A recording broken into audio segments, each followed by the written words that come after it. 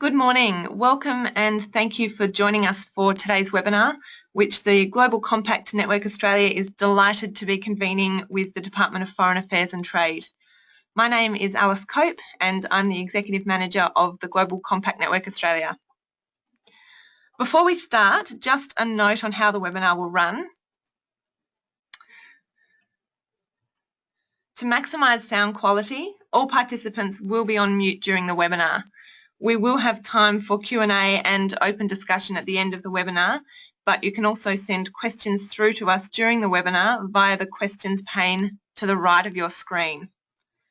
When it comes time for Q&A and discussion, you will need to raise your virtual hand, and then we will call on you and unmute you so that you can comment or query at that time. If you have any technical difficulties, you can also send a message through the pane to the right. If you're having difficulty hearing the audio, please dial in by phone. To do this, choose telephone in the pane to the right under the audio panel and use the phone details in your confirmation email, and there is an Australian toll-free number. I also note that today's webinar will be recorded. Just by way of background, as many of you will know, last month the GCNA launched a 2-year partnership with DFAT. Under the partnership, the GCNA has launched the Sustainable Development Leadership Group as a platform for business and stakeholders to engage in learning, dialogue and action around sustainable development and the Sustainable Development Goals. The Sustainable Development Leadership Group will also provide an interface between business and DFAT, including through webinars such as this, supporting the implementation of the Australian Government's new aid policy, which emphasises private sector engagement and development. Now on to today's topic, the Global Sustainable Development Agenda. Later this month, a special UN Summit on Sustainable Development is being convened to endorse the Sustainable Development Goals, or SDGs, which will set global development priorities to 2030 and will apply to both developing and developed countries. Together with the outcomes of a recent summit on development financing, this will be the 2030 Agenda for Sustainable Development. Today we are joined by Kushla Munro, Assistant Secretary in the Global Development Branch at DFAT. Kushla will share the Australian Government's perspectives and expectations on the Sustainable Development Agenda, what the agenda will mean for Australia and Australia's role in the region, and the Government's expectations and hopes for private sector contribution and engagement. DFAT's then keen to hear perspectives from business on the 2030 Agenda. To get the discussion rolling, we'll hear from 2 members of the GCNA who are also part of our Sustainable Development Leadership Group Steering Committee. First, Larry Jackson, CEO of Paperforce, and then James Ensor, Group Lead on Social Policy at BHP Billiton. As I said, we'll then open the discussion up and are keen to hear from you. So please do note your questions and comments as we go. So without further ado, I'll now hand over to Kushla from DFAT. Thanks, Kushla. Thanks, Alice, and thanks to the network for hosting this webinar. We're very happy to have the opportunity to speak with engaged private sector representatives. There's certainly been a lot happening in this space, and building on obviously the launch of the private sector strategy just a couple of weeks ago now by our Minister. So when we think about the 2030 Agenda for Sustainable Development, it focuses around the Sustainable Development Goals, but also brings in the outcomes from the Financing for Development conference that was held in Addis Ababa earlier this year. A big feature of Addis was looking at all sources of finance, and in particular the role of the private sector in development. So the way that we think about the 2030 Agenda is that the Sustainable Development Goals, or the SDGs for short, ask us to really focus on what we hope to achieve, and the Addis Agenda is about how we will actually achieve it. So together we think of this as the 2030 Agenda. And as you said, Alice, I'll be talking about what we think this means for Australia's development program and how the private sector can also use the 2030 Agenda to continue and indeed increase its good work on development. As we know, it's not just about corporate and social responsibility programs.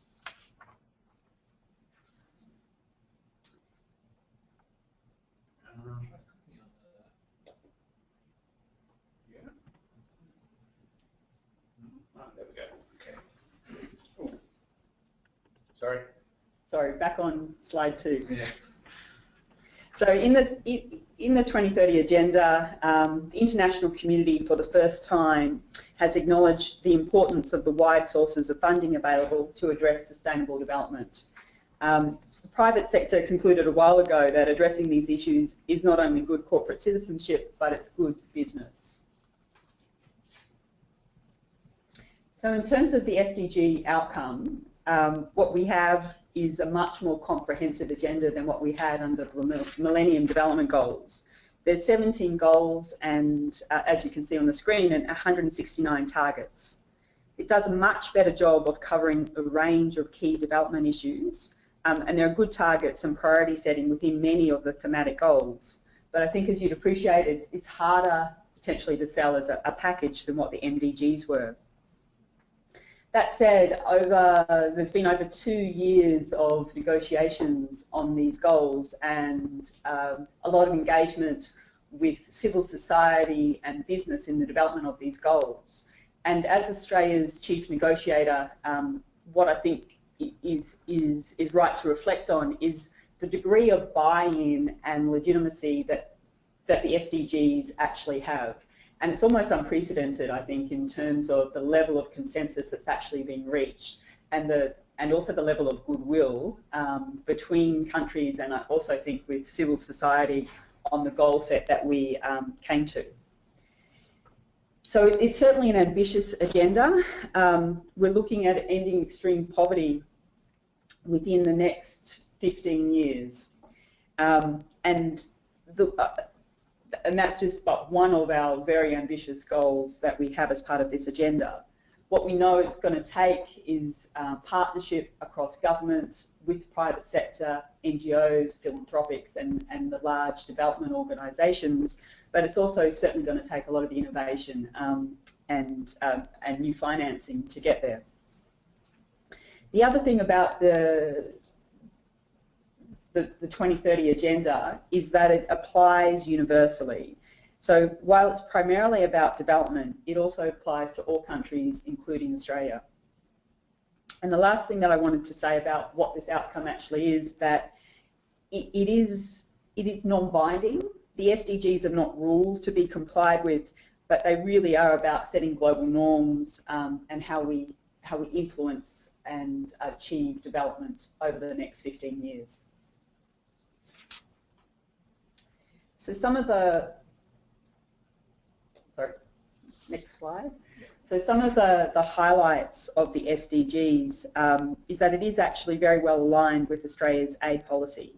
There are new goals on economic growth, peace and governance, infrastructure and oceans, but there's also a stronger representation on all aspects of gender equality and women's economic empowerment. And there's also a strong focus on the needs of the small island developing states and fragile and conflict-affected states within the goal set. In part, this reflects the Australian government's consultation and advocacy on these issues, but it also reflects, I think, a more modern understanding of development and a maturing of the global development discussions. So as a result, the impact of the 2030 agenda is that we won't have to radically change our development policy, but the way we see it is that it's going to actually help us deliver on our development policy. So this can help us when we talk to partner governments about the importance of domestic tax systems, when we highlight the needs of Pacific Island states to the World Bank or global funds, and indeed the private sector, and when we talk to our partners about how we address corruption. We can also, we have the 2030 agenda on our side, and it is in fact what all governments have agreed to.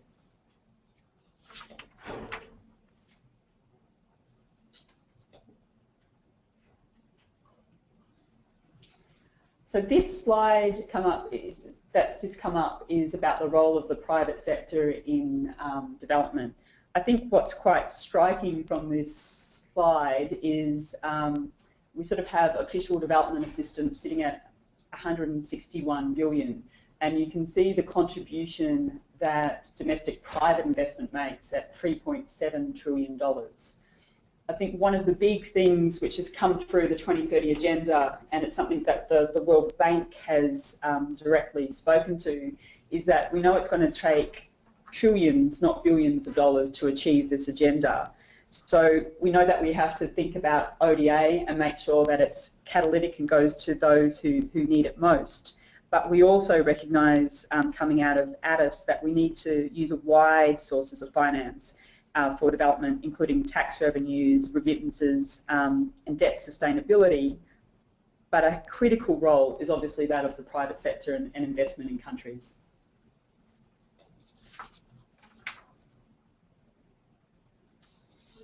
This is also a section that comes out of the Addis Ababa Action Agenda, and it's very clear in its recognition of the importance of the private sector and trade in supporting sustainable development. In the list of finance sources we've just seen, private investment was in the list was second, above ODA, while international trade was on the list on fourth.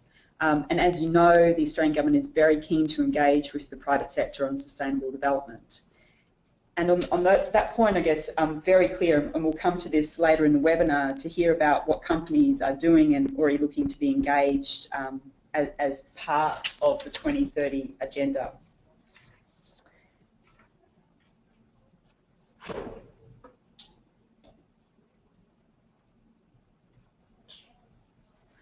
So lastly, this slide is just looking about, or thinking about, the opportunities for the private sector. As I said at the beginning, Julie Bishop just launched our private sector strategy, which is about creating shared value through partnership. And it's not just at the end of the month, it's actually next week that the Summit for Sustainable Development will be on.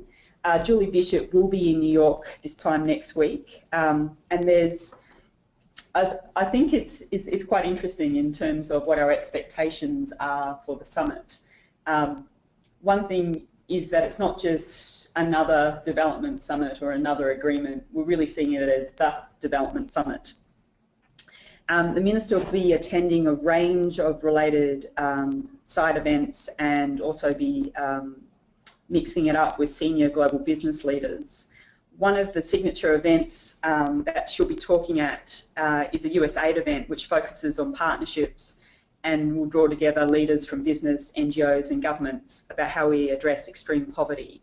So Ms. Bishop will be the keynote speaker, as well as Paul Polman, the CEO of Unilever, as well as Judith Rodham, who's the president of the Rockefeller Foundation. But there's many other events that the Minister will be at, including with Anthony Pratt, Gates Foundation, Michael Bloomberg and Bloomberg Philanthropies. And she'll also be chairing an Innovation Exchange International Reference Group meeting. So there's certainly a lot that's going to be happening at the summit, and there's a big role for the private sector to play. In part, it will be celebration, but it will also be seeking to launch, I think, a number of initiatives. And while I appreciate that we won't have a large turnout of Australian businesses at the summit, we are keen to hear views and where we can reflect those into to points that the Minister will be making, but also to turn our minds to what can we do on our return to raise the profile and activities that are focused around the 2030 agenda. On that note, I will sign off, Alice. Thanks so much, Kushla. And we have got a couple of hands up, but I might just save those till the end. First, we're going to hear just a couple of company perspectives and reflections on the SDGs, just to get the ball rolling for our open discussion. So first, we will go to Larry Jackson. Larry is, as I said earlier, the CEO of Paperforce, which is a company in the APP group. Larry, just to check, are you on the line? Can you hear us? Yes, Alice, can you hear me? Yes, we can. Wonderful. So I'll hand over to you. All right. Thank you very much, and thank you for the opportunity to speak today. Just as a background, APP is part of the Cinemass Group. We are the world's largest pulp and paper group and the third largest palm oil plantation group. We employ approximately 80,000 people, predominantly in Indonesia and China, and mainly in regional and remote areas. As background to the SDGs and how they dovetail into what we'll talk about today, I'll mainly be speaking about our pulp and paper group. Pulp and paper mills are large infrastructure bills, not only in terms of the mill themselves, but in terms of roads and rails to move product around. We're also very large cogeneration plants or power plants. Normally we do cogeneration to provide power to the local community as well. We're large human resource requirements, and this is in combination with providing employment opportunities in these areas, but also the social license we create with the governments that we deal with. The other areas that we get involved in because of the resources we require, we are large managers of forests and mainly renewable forests. And the last area that we work with, because it's a use of or requirement to manufacture paper, we're very large water treatment plants. So we tick off a number of the SDGs and where we have to engage and manage our resources. I think APP, Asia Pulp and Paper, is an interesting case study because it reflects a company that's transitioning from a developing country into an emerging economy or an industrial economy. And the SDGs form what we would say is a symbiotic relationship and provides us with a more robust structure in terms of our corporate social responsibility. So we see it as an important part of our overall activities.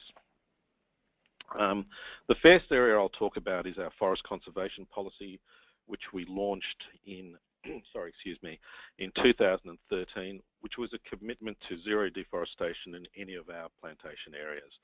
That was quite an ambitious and significant goal that has been achieved, where now 100% of all of our product is from plantation forests. As part of that, we also set an ambitious program to set aside actually originally 1 million hectares of forest to be left as virgin. Currently we're trialling a program where we have now retired 7,000 hectares of commercial plantations. And more importantly, we've done this on peatland. And peatland is a resource that is not well researched at the moment. So we are doing also a great deal of research with a couple of universities in the United Kingdom. But peat is a significant high-value carbon sink, but it also has significant impact on terms of the water table and the way forests use water and flood as well. So that area is one of the big areas for us in terms of our forestry conservation program, and we continue to work through that. The second area is a project we're doing in China with the range of mills we have there. In line with the Chinese government's requirement or goal to have renewable energy representing approximately 20% of their energy requirements, we have started a program where we are providing solar projects across China. The first project, trial project, was a 20 megawatt rooftop solar project at one of our mills. We will complete another range of projects in the next couple of months, which will actually take us up to 70 megawatts, and that will then complete within the next 2 to 3 years of about 200 megawatts of clean energy. I guess if you're not into energy, the best way to put that into context, currently the largest solar projects in the world are in the US, and they range between 200 and 500 megawatts. And the Snowy River, the first Snowy River Guthaga power station is about 60 megawatts. So it is quite an ambitious and large target, and that will be one for use within our own power plants, but also to be resold into the local community and grid. And I think that's a very strong goal for China, because if anyone's ever been there, you will notice it's very rare that you see a blue sky unless they shut industry down for about 3 weeks. The last area that we're doing is what we would call is outside our activities outside of our mill gate. And these are very, very important to us, because what they reflect is what we're trying to achieve in terms of lifting remote regions out of some of the areas and issues of poverty that they have. The first thing we try to do is, of course, provide employment, which is one of the core concepts of what we are providing. The second is now we have something set up called, in one of our very remote areas in Rawang, which is in Jambi province in Sumatra, at our Parawang mill, we have established a learning centre for the local community. This allows up to about 1,500 people to come in. They have access, and it's mainly young children and women. They have access, for the children, they have access to books, education, and also computers and the internet. The second component is we provide fabric looms for the local community to come and learn how to create fabric, and then we also allow the ladies to borrow the loom so that they can make it at home and create their own little businesses. So that's one of the areas that we've been working on in Parawang. The other large area that we've been done is we have something called our mobile medical clinics. These are actually floating doctors. They go along the river and provide a range of health services to the villages along the river in terms of issues like malaria, dengue fever, and a range of other preventable diseases. And the last area that we've been working with Habitat for Humanity is a partnership where we're working on building wells and sanitation for local villagers around the mill itself. So they all fall in within the SDGs. It would be normal that we would do this, but it's also very nice to have a framework that we can flow into. So that's it from me, Alice. Wonderful. Thank you so much, Larry.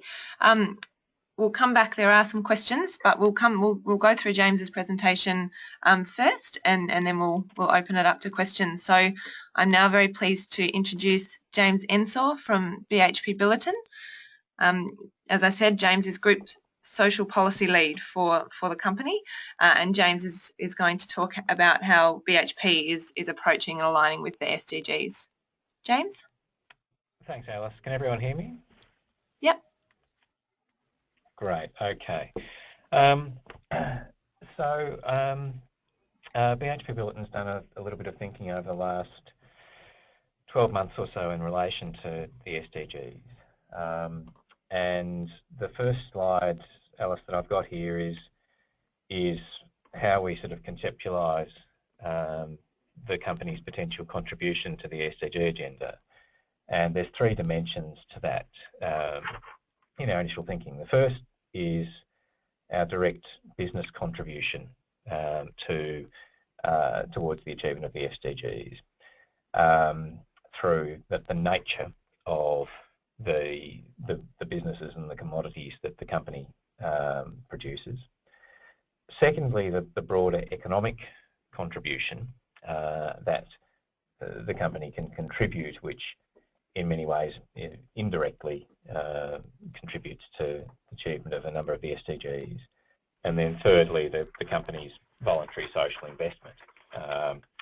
So I'll just go through each of those in turn.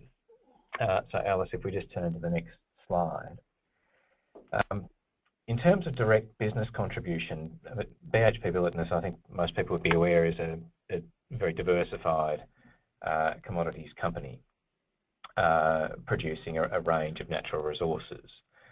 And it's interesting when you look at the SDG goals, the diversity of those commodities plays into different goals.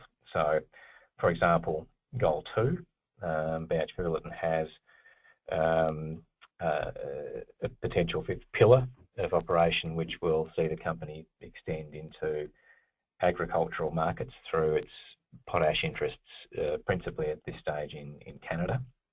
And obviously that can make a significant contribution to some of the challenges around food security, particularly around agricultural productivity and the role that potash plays as a commodity in that space. Secondly, goal 7 is obviously around energy, and this is quite interesting because if you look at BHP Billiton's commodity mix, it's very broad.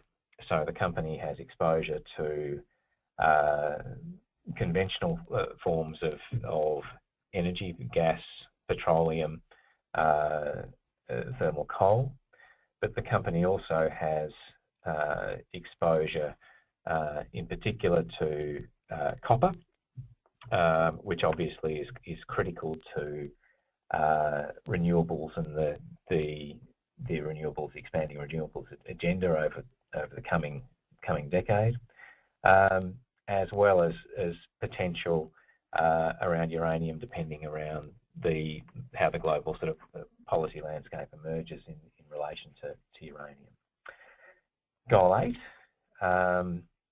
the company believes it can make a significant contribution around its contribution to the sustainable and inclusive economic growth, employment and decent work through its operations. Many of the commodities that the company produces, most notably metallurgical coal and iron ore, are absolutely critical to infrastructure and the achievement of Goal 9, obviously with the company's key markets being an emerging industrialising countries such as China. And most of those commodities contribute to the rapid sort of urbanisation that we're seeing in those jurisdictions. So Goal 11 is critical there.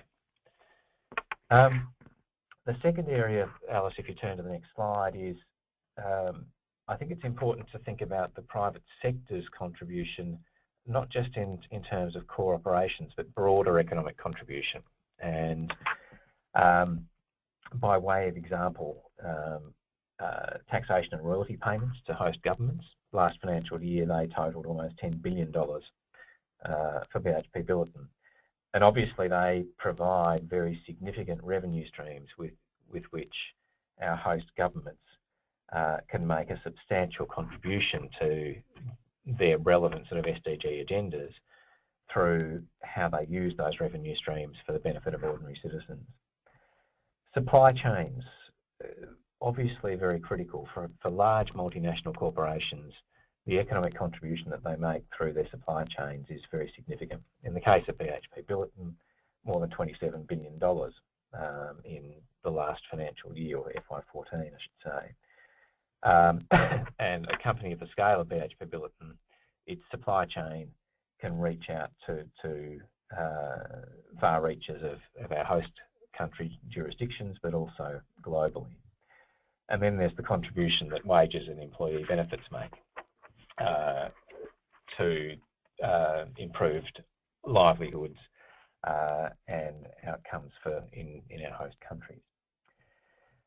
And finally, the area that we've done the most thinking about over the last 12 months is the company's voluntary social investment. And Alice, the next slide just outlines the framework by which the company will be allocating 1% of its pre-tax profit to voluntary social and environmental initiatives over the next 5 years. And this framework outlines the sort of thematic and the focus areas for that investment over the next 5 years. And then, Alice, if you turn to the final slide, as we've gone through quite a complex process of developing that investment framework, we have mapped that social investment framework against the post-2015 SDGs.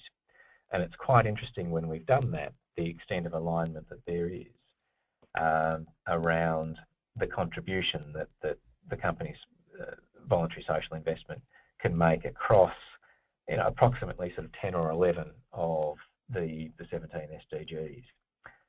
So that's been the most substantive area of thinking that we've done to date, and this is a sort of evolving piece of work internally over the next 6 months or so. So I think I'll leave it there, Alice. Great, thank you so much, James. As I mentioned, we're keen to allow a chance for everyone on the line to ask questions from DFAT, but also our company reps, and also just provide comment on what you see as the opportunities for business arising from this agenda, how your companies are already aligning with the SDGs in the way that we've heard from Larry and James, and we can see that the SDGs are proving to be a rallying point for stakeholder groups, including business, and providing a really valuable framework for business to map their activities and their impacts against. So keen to hear from others who are starting to think about this or starting to map against the SDGs. And also any thoughts that you have around the challenges and opportunities for engaging business in this agenda. As we do have a number of people on the line, we can't unmute everyone at the same time, so I just ask if you'd like to make a comment or ask a question to raise your virtual hand, and then I'll come to you. I might first go to Jasmina from PwC. Jasmina, I've unmuted you. Would you be able to share your question? Oh, yes. Hi, thanks, Alice. So my question was for Kushla. She'd mentioned that the current aid policy is quite well aligned to the SDGs at the moment. And I guess in turn that the SDGs help reinforce some of the things that we're focusing on. I guess I was just wondering, out of the 17 goals and 169 targets, and also those sub-targets being the means of implementation, has the government identified where there may be gaps in our aid policy and where tweaks might be needed?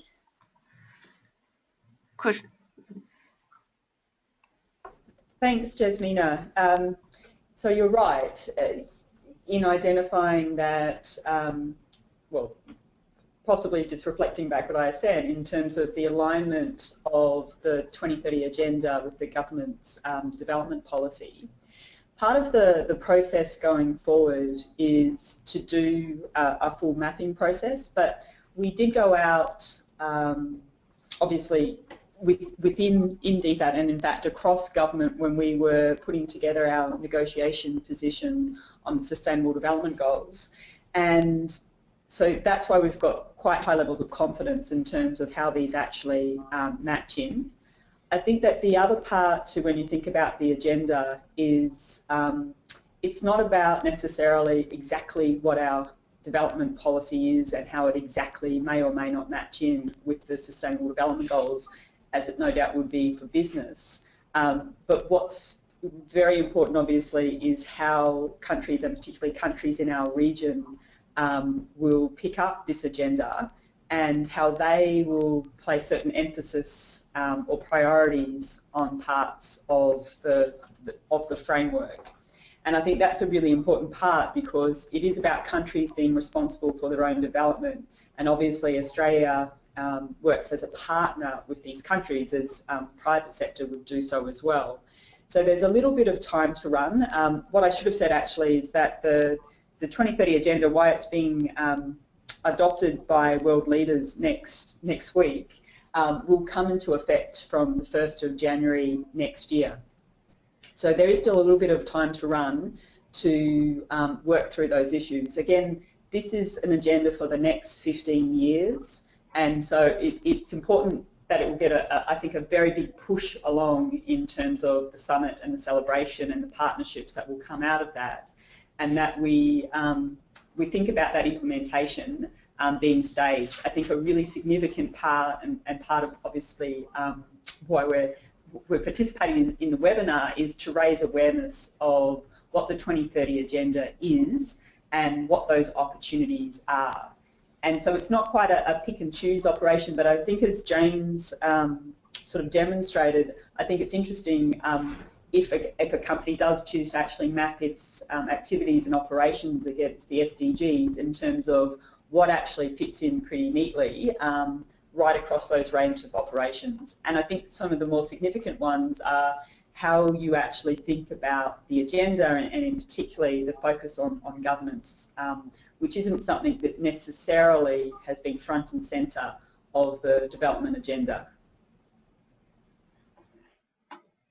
Okay, thanks very much, Kushla. I might now turn to Andrea Spencer-Cook. Oh, yes, hello. First of all, thanks to all speakers for a really interesting overview, and very nice to hear the corporate examples already of getting your heads around how the alignment will work. I think that's really inspiring. My question is really about that kind of alignment, but really what kind of thought has been given at this stage to the actual indicators that will be used for scaling activity at individual company levels to make sure that we reach the goals by 2030. What I mean by that is how can we really realistically connect the global aim with the individual goals that we're setting? Are we in danger of ending up with a situation where companies set goals that they think are realistic for them, but that end up falling short of what we're trying to achieve by 2030? And I mean that particularly in terms of you know, some of the kind of higher hanging fruit. Obviously low hanging fruit will be easier to achieve, but when we get to really tricky goals or remote communities or parts of the goals that are more difficult to attain, how do we leverage and kind of spur on private sector engagement there? Kushla, I suspect that there's an angle relating to policy in that question, so I might hand over to you first. Thanks, Alice. Appreciate it. Because I think it's a really interesting question, and it's not something that I certainly don't have the full answer to. Maybe just a couple of reflections, though. One is that we're still actually developing as a global community the global indicators, and that's something that the UN Stats Commission is responsible for, and that we have also been contributing to, and we're actually partnering with the Australian Bureau of Statistics on this in terms of what are the indicators that match in with the goals and targets, and actually trying to get a manageable set of indicators.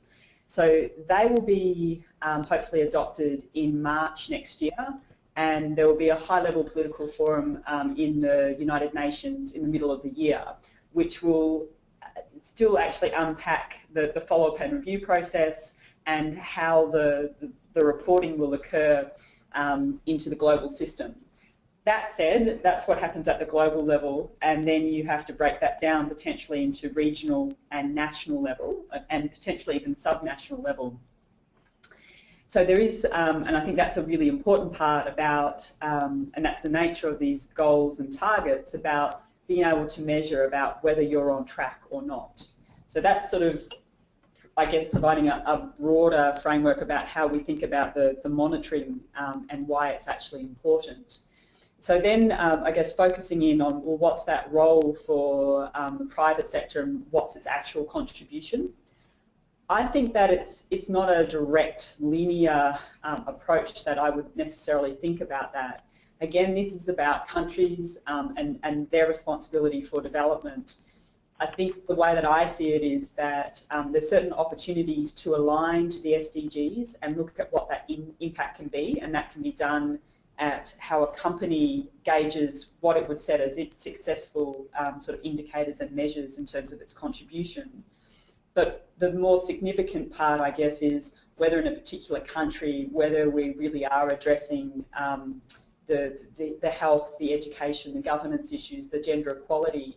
And I think it remains to be seen in terms of that clear line of sight between any particular effort and what actually will be reflected in terms of significant achievements at a national or subnational level. That said, it is about the global partnership and recognising that all parties, including obviously the private sector, but NGOs, philanthropics, have a very significant role to play if we're going to actually have any chance of achieving this extremely ambitious agenda.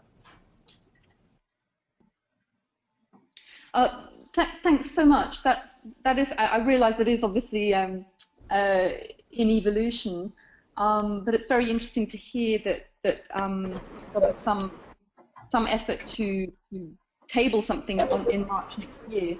How about the other element in terms of aspects of the goals that may be difficult to achieve in a commercially viable way? is there a role for the private sector there?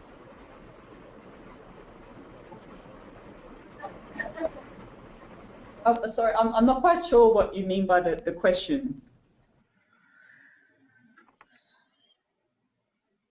Oh, sorry. Well, in terms of the objective of leaving no one behind, for example, which is really at the core of the SDGs, there are, and there often have been, in development, groups of people who, for one reason or another, have been very difficult to reach, either because they're remote or because they are minorities or because they are underrepresented in the development radar, if you like.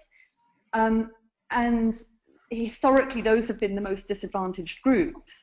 So I was wondering, with this much more ambitious agenda, we'll obviously have, at one end of the spectrum, those kind of things with more minorities and small groups that are very difficult to reach, where it could be very difficult to actually create shared value. There may be instances where it just really is not commercially viable to reach them. So I was wondering there whether there is a role for the private sector in terms of those really tricky, wicked problems, if you like. Yeah, so no, thank you for clarifying. Again, the way that I'd see it, I mean, it certainly is part of the new agenda in terms of thinking potentially some about those most marginalised groups in society and not leaving them behind, as you rightly said, Andrea. My reflection, though, would be that private sector certainly can have a role, and that's something that they may choose to deliberately, as part of maybe their corporate social responsibility activities, target. That said, the way, I mean, maybe this is a slightly different construct, is the way that I see it is it's still governments responsible for the social, economic and environmental development within countries, and those responsibilities in terms of leaving no one behind. The role of the private sector, and I guess as James sort of highlighted in terms of those direct economic flows that can go into countries, as well as other activities that support education and health systems, as well as broader set of activities, is how I see that. You see the economic growth would actually occur within countries, and one of the really critical parts is in some of these countries the social support systems which are actually set up. So in no way am I sort of abdicating or saying that this now becomes the responsibility of the private sector. It is about recognising the very significant contribution that can be made, but not saying that private sector will be responsible for solving it. I'm not sure that, I know that's not what you were implying, but I think it's just a different construct in terms of maybe how I think about the issue. Thanks, Kushla. I might turn now to Grace Rose Miller. Grace, are you happy to share your question?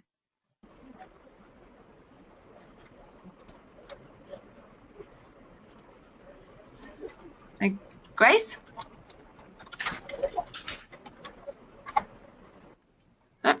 The question was, and I think a number of people will be interested in this, how do you see the SDGs being implemented domestically?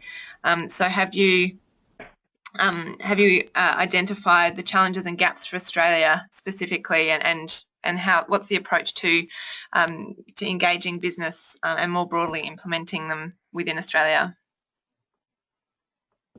Okay, so one of the things that we've been involved with is absolutely thinking about how this would apply in Australia. Part of the answer, though, is in one, thinking through what the global indicators will be, and that's a very important part in terms of what and how Australia will report against the Sustainable Development Goals. And as I referred to earlier, that's something that we're participating in now, but won't be formally adopted until March next year, as well as the more formal follow-up and review system coming into play probably post mid next year. So I guess we're on a little bit of a journey in terms of thinking through what's the value that we can create through our reporting systems, and how do you, I guess, allow others to actually act in this space? So a very significant part that, again, that we would see is private sector and their activities in Australia, understanding what this agenda is about. And again, this is not sort of legally binding agreements, but it does set the directions and norms of what, I guess, companies will do, civil society do, government agencies will do. So it's something that we're certainly giving more thought to, and we, again, noting that this doesn't actually start until the 1st of January next year, and some of these elements in terms of the follow-up and review aren't finalised yet.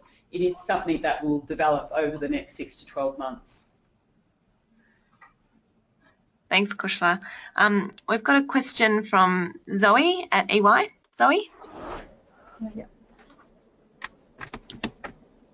Hi, can you hear me? Yes. Yeah. So thanks very much, and thanks to all the speakers. There have been some really interesting points raised. I wanted to ask a question perhaps both to Larry and James. I saw that BHP Billington had certainly considered how they could align to the SDG on gender, and I feel like gender is one of the SDGs that sort of could be mainstreamed across quite a lot of the actions taken in relation to supporting SDGs, and I wonder to what extent and how businesses could consider those across all of the operations that they take, and so perhaps comparing the approach that BHP has taken to the approach that APP Paperforce has taken in sort of picking the SDGs and how some of them could be more across the whole plan as such.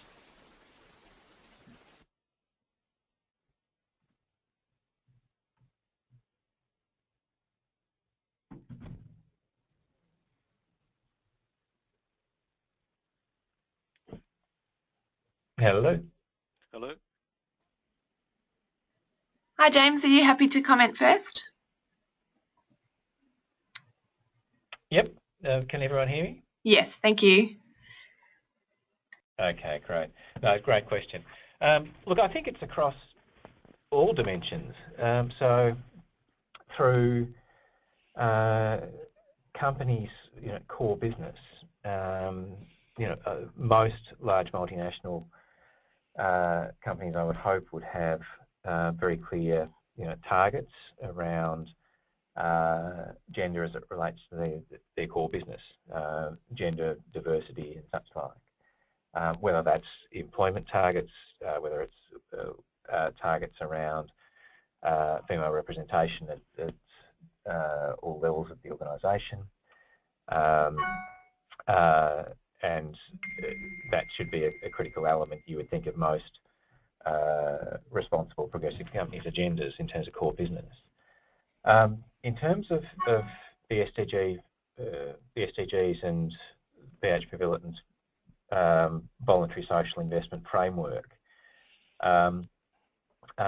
you'll see that in the framework slide that I went through earlier, there isn't a specific sort of box or focus area around gender, and that's because we formed a view that it was much more effective and important to mainstream that across all of the focus areas within that framework. So within, for example, education and health and social inclusion related social investment areas around the world, particularly focusing on gender, marginalised or marginalised minority groups, Indigenous groups, within the footprints of our operations, is how that framework will be implemented. So we have taken an approach not to have a, if you like, a kind of separate gender box in our social investment framework, but to mainstream across those areas that you saw in that slide. Thanks, James. Larry, did you have anything to add on that point? Yep. Sorry, excuse me.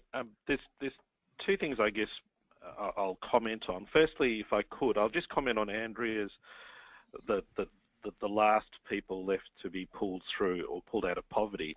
I think it's important to understand as well is, especially a business like ours, we want to also be engaged with NGOs, and we see those as very critical to this overall process as well. So I just wanted to make that comment there, that NGOs will play a very important part in the partnerships that are created with private companies and what the Australian government is trying to do as well, because they have capacity build. In terms of gender, I think it is very.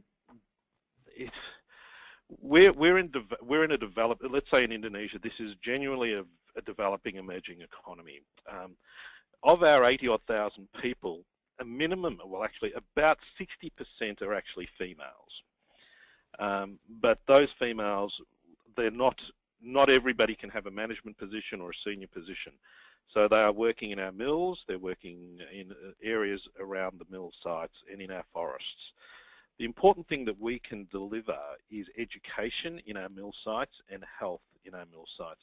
So what we're looking for is generational change and generational growth. So some of the mill sites that we would have started 30 or 35 years ago, that next generation of children are coming through, they've had education. Some of them are now back in our mills as engineers. So I think it's important to understand it's not only gender, but it's about the entire lift of the community coming out of poverty and education, bringing that through. So it's a long, hard road. But as long as we can provide opportunity, then it's for the people to bring themselves through and on that journey as well. I guess that's how I could explain it. Thank you, Larry. I think we've probably only got time for one more question, as we are running a bit over. And this question's for Kushla, and it's come through on the screen. Is the Australian government considering including social clauses or other factors that relate to the SDGs in public procurement tenders, contracts and questionnaires, both where goods are procured domestically, but also from developing countries in whole or in part?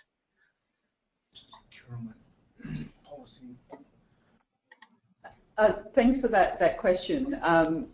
We're not that far down, I guess, the track of making it a requirement under procurement. We already have a standard set of requirements, I guess, that go to social, economic and environmental standards that would be expected in any Australian government contract. And I think that one thing to really think about is that the SDGs in part they're a political declaration of extremely high ambition and but also I guess reflecting global solidarity on the importance of developments. That said, I mean, there's going to be many ways I think that we'll see the SDGs taken up in more innovative ways, as well as things that become just part of the mainstream. And I think that it's part of understanding what this agenda is about, keeping abreast of developments and allowing, and sometimes it's hard for governments to do, but allowing others to act in this space knowing that you don't actually have control. So that said, we're not looking at directly linking these things up, procurement up to the SDGs, but that said,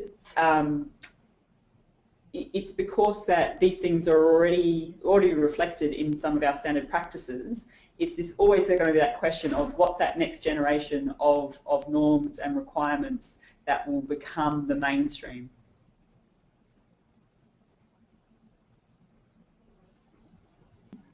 Thank you, Kushla. We do need to close now, so we're already well over time. Just in closing, I'd like to thank Kushla, James and Larry for sharing today. This is the start of the conversation, and through our Sustainable Development Leadership Group, we will be running a regular stream of activities around sustainable development and the SDGs. We are, just as one activity that's coming up, we will be launching in Australia the SDG Compass, which is guidance for business on how to understand and implement and track performance against the SDGs and build that business case for action on the SDGs. So the SDG Compass launch is coming up in October. And we're always keen to hear from companies who are keen to engage and understand and deepen their commitment to the SDGs. So do keep in touch with us on that. And thank you to everyone who has joined us today. Thanks so much.